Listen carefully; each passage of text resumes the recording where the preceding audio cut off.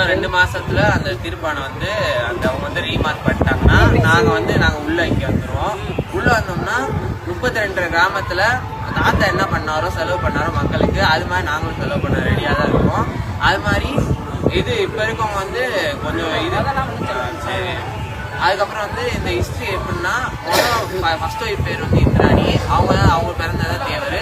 அவங்க இறந்ததுக்கப்புறம் வந்து அவங்களோட முறை பொண்ணு மாமா பொண்ணு தான் அத்தை பொண்ணு. அவங்க தான் அவங்களுக்கு கல்யாணம் முடிச்சு அவங்க என்ன இதுல இறந்து போயிட்டாங்க. அவங்களுக்கு ஒரு குழந்தை இருந்துச்சு, அவங்க பேர் பி இந்திராணி. அவங்க எப்படி இறந்தாங்கன்னா பூ இந்திராணி. அவங்க எப்படி இறந்து போயிட்டாங்கன்னா ஒரு கிணத்துல விழுந்து இறந்து.